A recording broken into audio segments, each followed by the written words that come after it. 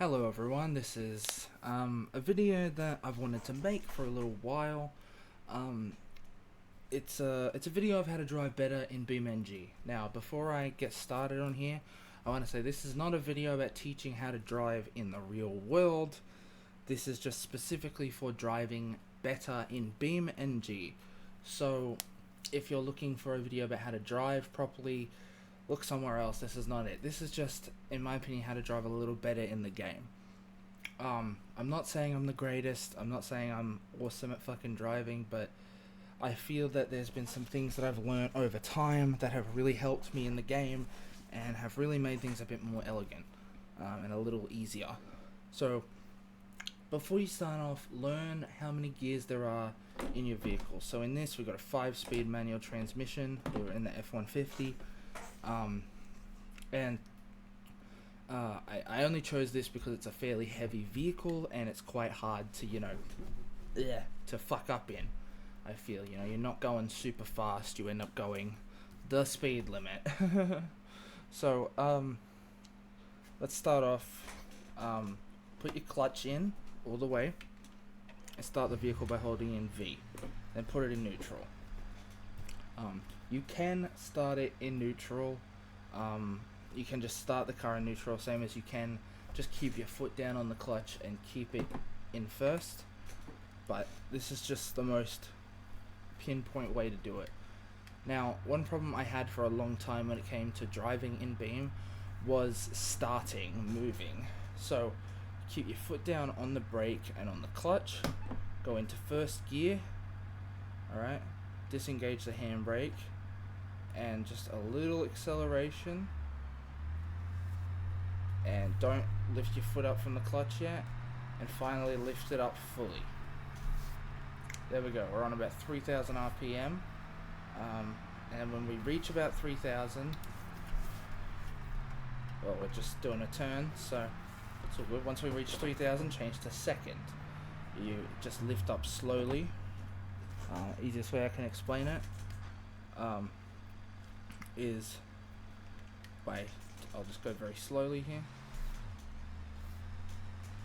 lifting up, and then doing the same as what you did before, but instead of accelerating, you simply just go through with the clutch. Now,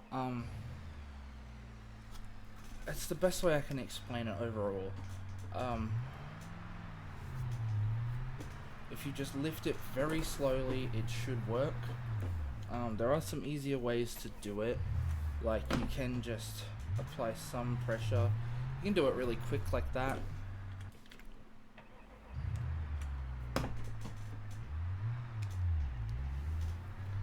Or just like that.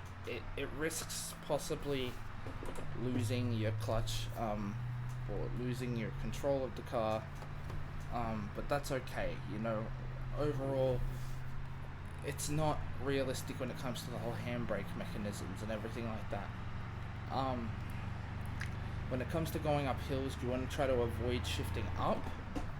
If anything, try to shift down. One thing that was really vital for me learning was learning how to actually properly switch your gears. So, what you don't want to do is what I'm about to do.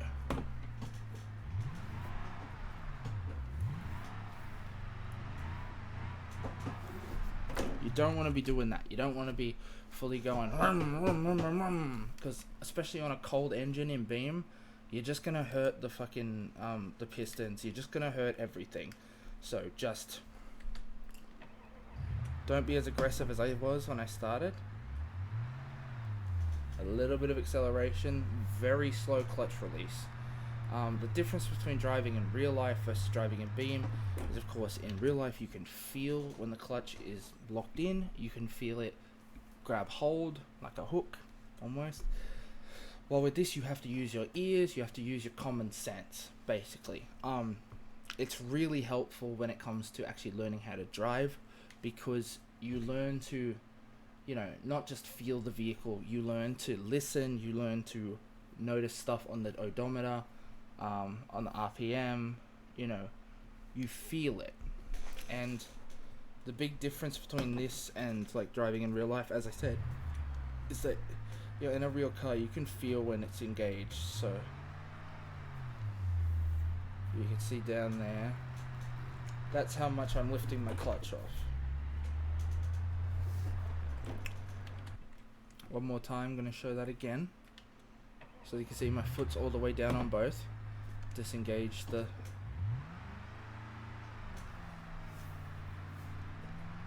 So that was almost too many revs. One more time, but with a little better revs.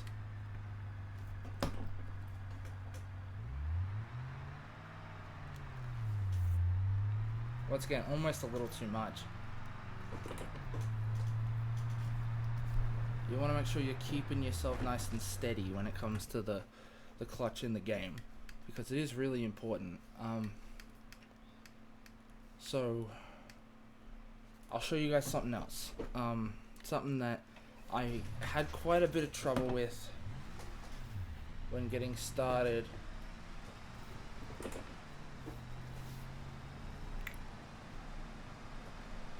I will just demonstrate. Up here was the parking brake. Now, in order to do it properly, of course you'd want the car fully warmed up in the game. Now, once again, very different to real life.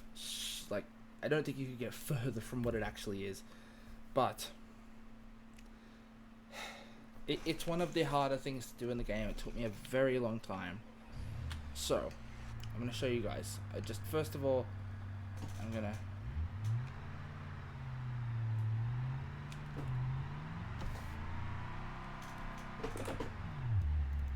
Now that is good enough. When you're driving in this, of course, as I've said 100 times, you can't actually see, you know, or sorry, you can't actually feel what's going on. So trying to get it correct in the game is hard.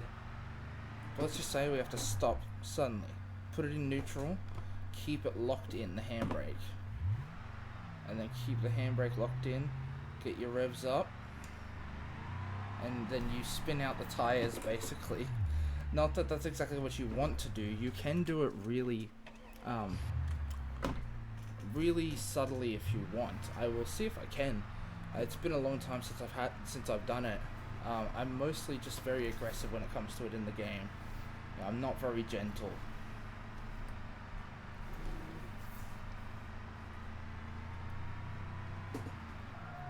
Alright.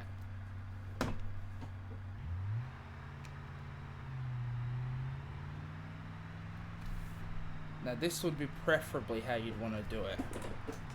You know, I'm not letting the clutch out. I'm letting it just...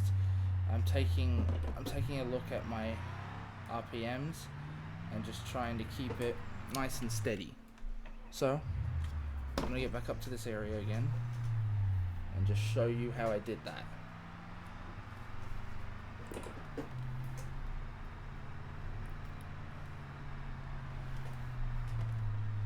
Also, probably should have said this earlier, I recommend listening with headphones on, because listening is one of the best things you can do when it comes to learning in Beam.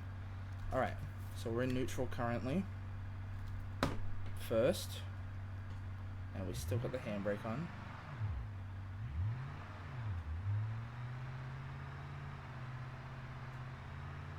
So we're not going far over.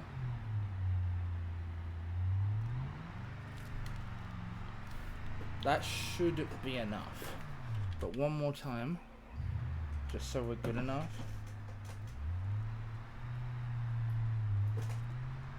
Now, I'm not going to try to tell you guys, oh yeah, this is the perfect way to do it, but I feel when it comes to maintaining speed in the game and actually keeping up with your environment, this way is perfect.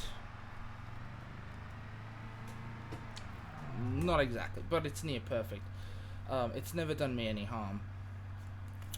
So, one more try, clutch in.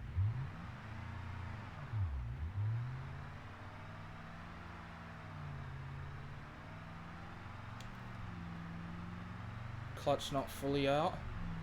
And there we go, clutch fully out, and we're up. Alright.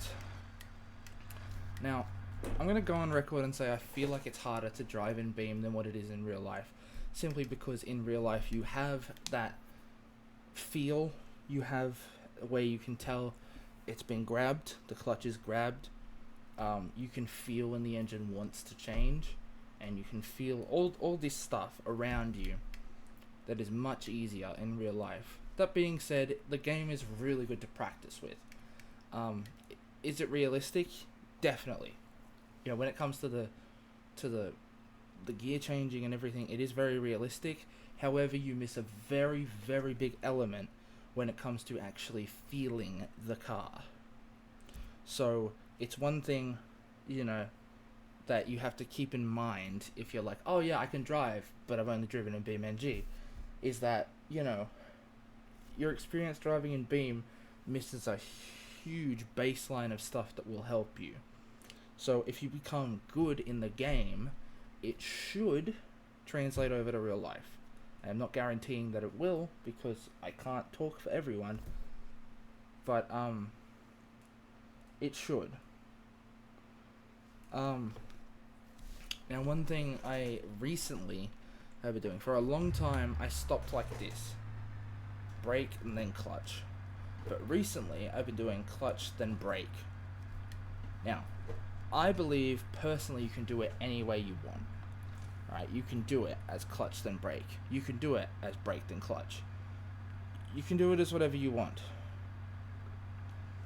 Just keep in mind, you know, things aren't exact all the time.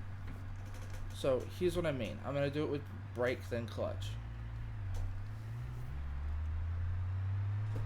Alright.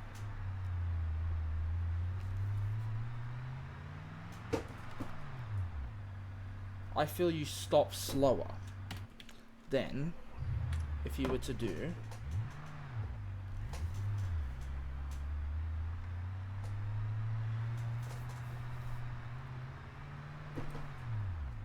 clutch then brake. Look, there's not much difference when it comes to it, but overall, let's try them both out, see what works better for you.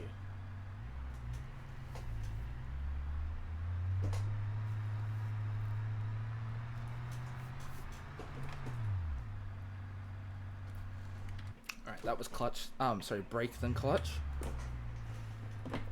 And then now, let's try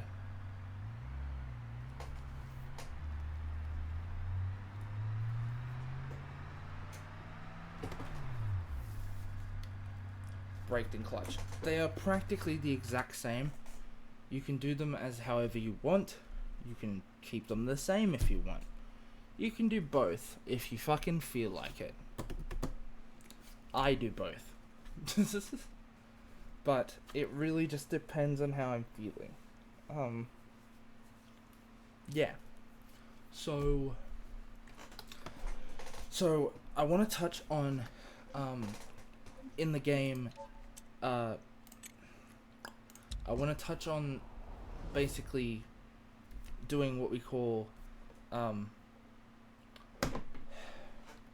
gear skipping. Now, you would have heard of it, it's used a lot in racing, but what it is basically is where you go from, let's say you're in second, and let's say you're getting really high in the revs, you're getting to like almost 5, and you're like, oh shit, and you switch into 5th. I'm going to show you how to do that, because it took me a long time to really master it in the game. But once I got it, I had it.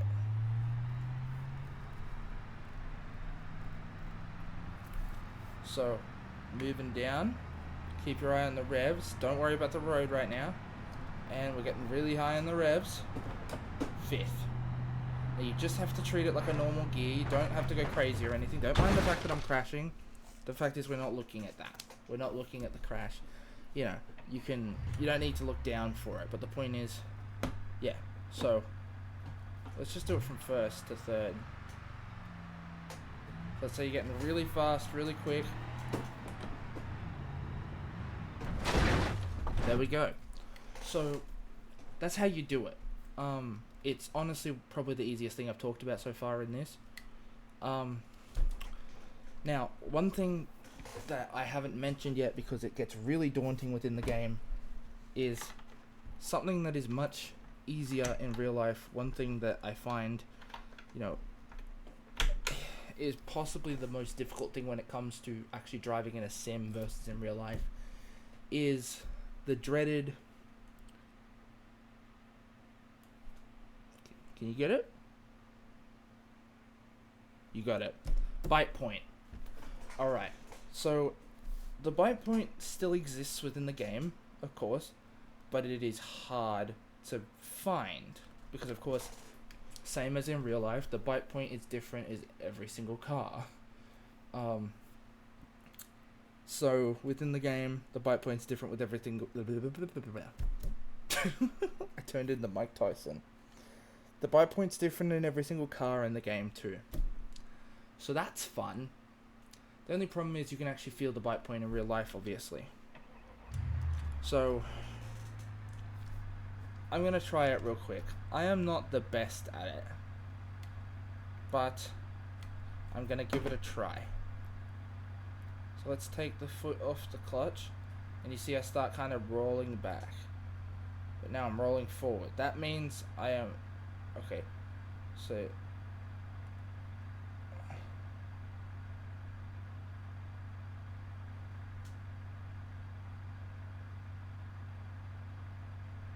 And now I'm already moving enough to the point where it's fine.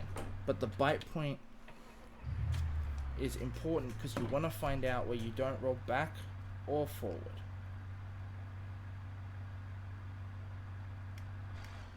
As you can see, it's shaking at the moment. But it is rolling forward a bit. Now, I'm going to spawn on a hill real quick. So I'm just going up the hill now.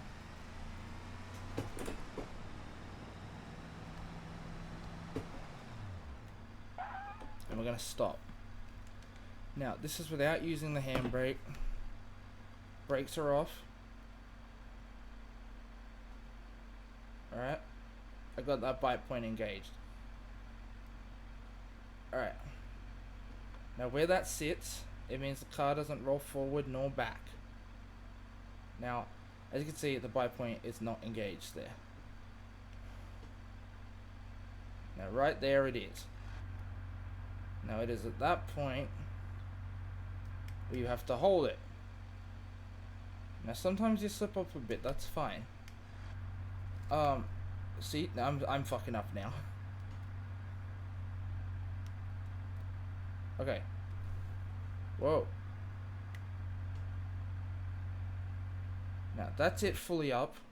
I've just stalled, as you've seen. That's it fully down. And that's the bite point engaged. So that's it fully down. That's it fully up. This is the bite point. Oh, not quite. See, that's the problem. You can feel it in real life.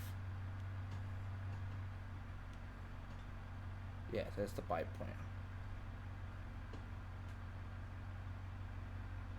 Now, of course, you're not going to get it perfect every time. I can't even begin to fathom how fucking hard this would be for someone who's just starting in the game. So now it's rolling forward. Now it's kind of going forward. There we go. Take a little screenshot. There's your bite point in the game. For the F-150 at least. So, that's the hardest thing, is figuring that out, but you really only need it for a couple seconds. There'd be no reason why you need to be holding that for a long time. I'm going to just show you an example of where you might need that. So let's say you're driving along around here.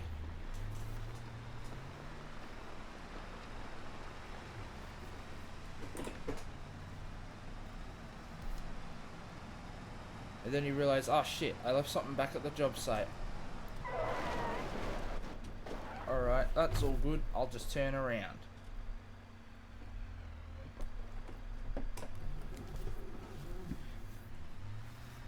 Now you don't want to roll forward there, but let's just ignore that real quick. Alright, so now let's say we're up here. And we're going up this little bit.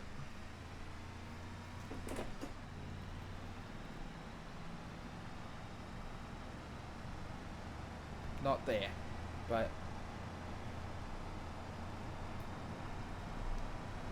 and then someone stops suddenly here. Oh shit. And then you're like, alright, they're moving. But hang on, you don't want to be too hasty. And you gotta hold that bite point. I can't do it right this minute because it's fucking me up. Yeah, but I'll figure it out. And you'll figure it out too. As I showed you before, it's different in every one of the vehicles. A lighter vehicle is gonna have it a little better than others will. It'll be a bit more forgiving. It's like here, this is a spot that's good.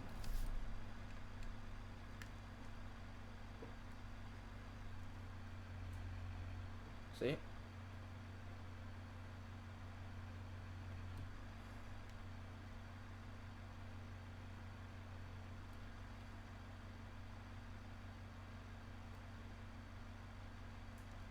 There we are.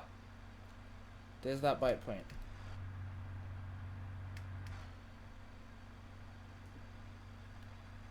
Alright. I also wanted to show you, for example, there are some cars that have really really confusing like angles when it comes to the clutches and everything, like this BMW 5 Series. Now I'm going to let it off a little and we're moving, but if I let off too much it'll fuck up. Now if you're on like a hill in with the Beamer, it will fuck itself in the actual bump. So you know, you just got to be very careful when it comes to that. I also wanted to show you this while we're here. Now one thing I couldn't really show with the F-150 because it had such low revs is that you can get away with doing a really fast start like that.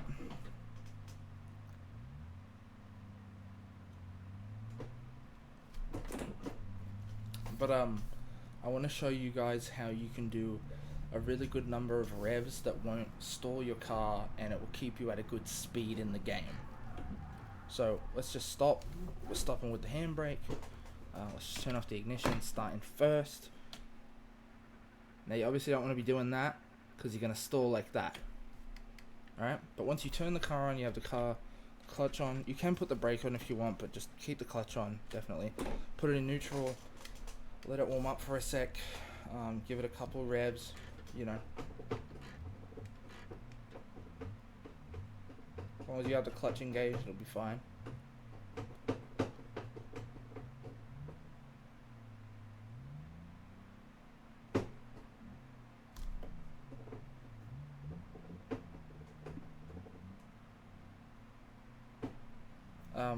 Yeah, once you've done that, make sure everything's looking good. Of course, it's a BMW, so it's always gonna look fucking sexy. Anyway, just let it off a bit. Don't let it shake. Now, 3,000 RPM. 3,000 RPM. 3,000 RPM.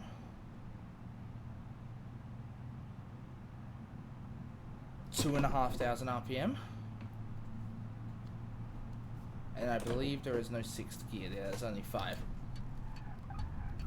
Now, but if you do have a 6th gear, you want to get to about 2.5 and then change. Or 3.5, depending on what kind of thing you're going for. If you're going for like getting as much out of your gears as possible, try to go as high as you can with the revs. But if you're trying to do a sort of realistic type of you know, driving simulation, like I feel I always try to do with the game, you want to stick with your, you know, normal revs kind of thing. I find the lower gears need less revs most of the time. BMWs are very different to other cars. Like if I was to switch back to the F-150, it would need more revs than what this would to get going, while with this, with the Beamer, it needs less. You want to manage your speed, and you want to do all of that. You know, make sure you're shifting downwards when you're going up hills. Make sure you're not losing too much speed doing that. That's the easiest way I can explain it. I'll show you guys something else in a sec.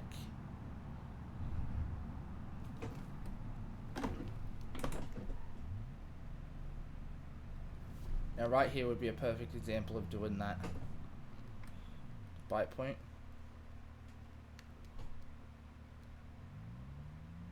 It's not working though.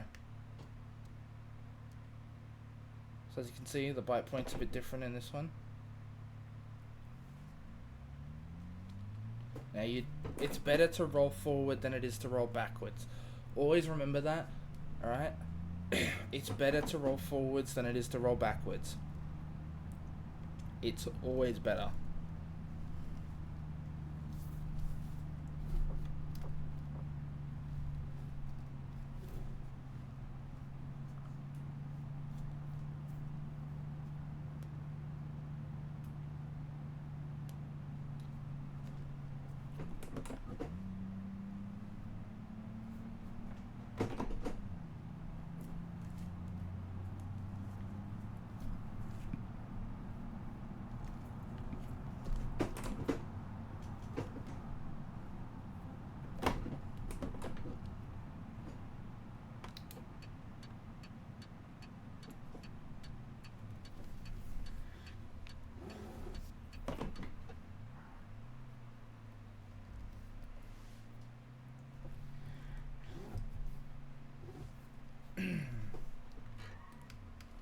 So yeah. So I'll show you guys real quick in the Volkswagen Beetle with the Fiat 500 engine. I'm going to give you a quick understanding of something I don't have a huge understanding with yet, but I'm starting to get better at. I was going to show it in the Lanos, but I've chosen to do it in this instead. Is driving without a rev meter. Now it gets nasty. I hate it. And you know, people might say, oh, you know, that means you're just terrible at it. Yeah, I guess I am. Because I absolutely hate driving without a rev meter. It's the worst. But you know, this is my basic understanding. Now you want to definitely let the clutch off slowly, because stalling is so easy without a rev limiter. But you have to listen to your engine. Now this is where it's important to have headphones on. Now you'll end up revving more than what you need to without a rev limiter. Just warning you of that now. Now I believe this is only 3 gears. Oh no, it's 4.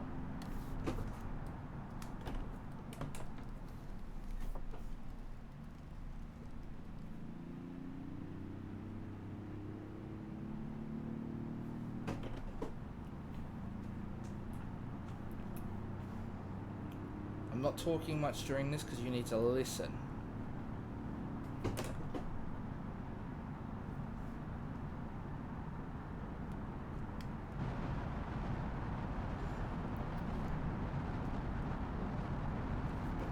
Now, let's compare what we were doing. I'm going to put the microphone actually in front of the rev meter in the corner to actually see if I'm doing anything well. So, this will be fun for me, because I want to know, basically.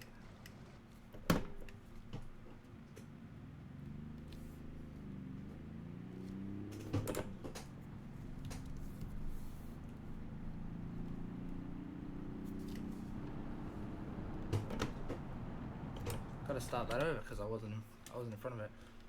But yeah, if this ends up being terrible, you don't have to take my advice on this part.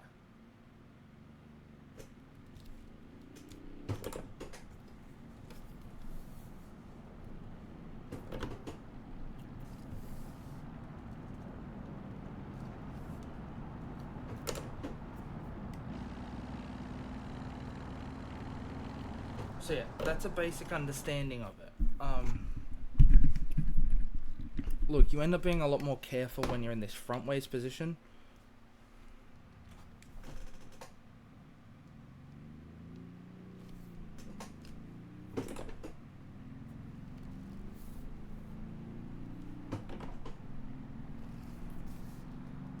And you know, when you don't have a rev limiter, you end up being a little more careful with what you're doing, I guess, or at least I do.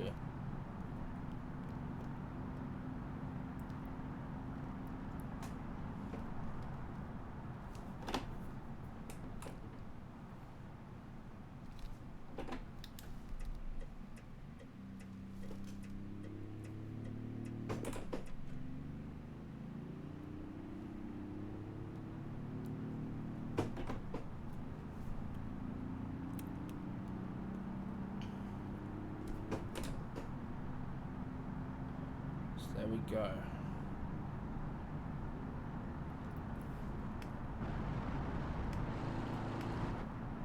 So you can hear it in your engine, basically. It is so much easier with a rev meter. I would never drive a car without a rev meter in real life. But in the game, you kind of got to.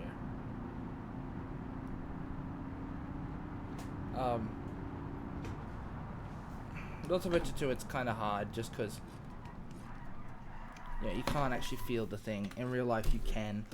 I'll show you again in a more modern vehicle like the Lanos. Now this one is deceptive.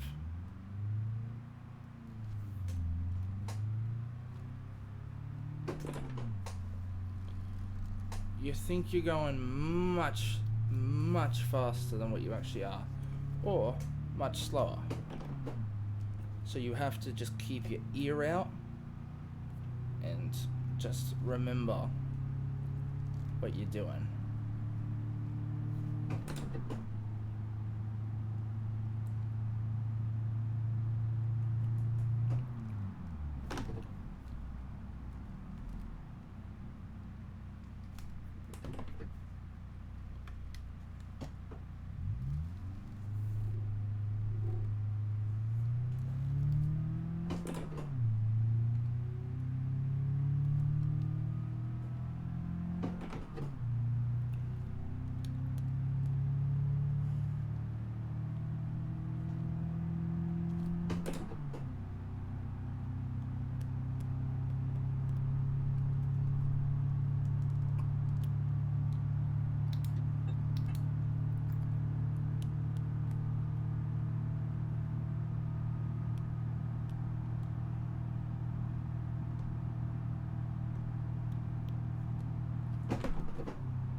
Now, in a day wheel Lanos, you don't really use more than 4 gears, but just for this sake, I did.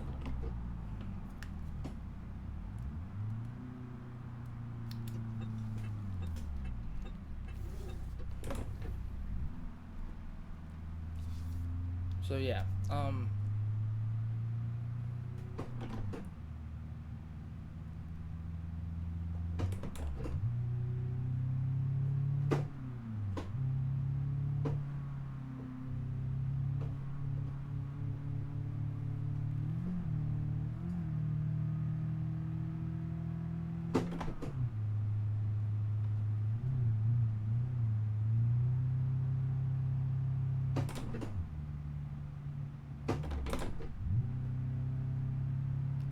okay.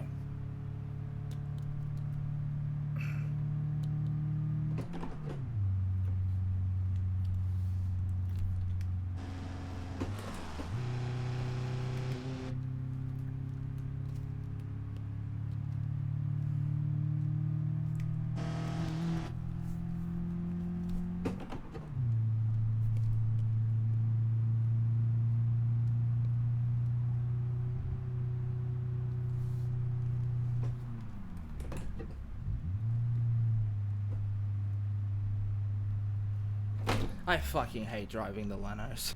Just for the hell of it, because I'm fucking, like, I miss driving something nice. Here you go.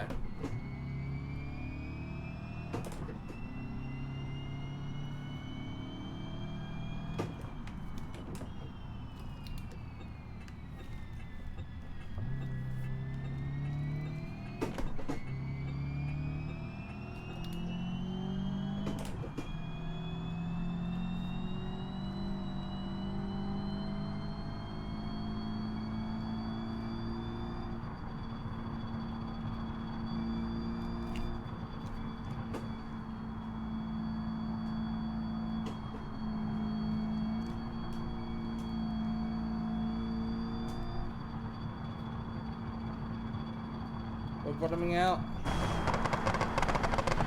Oh!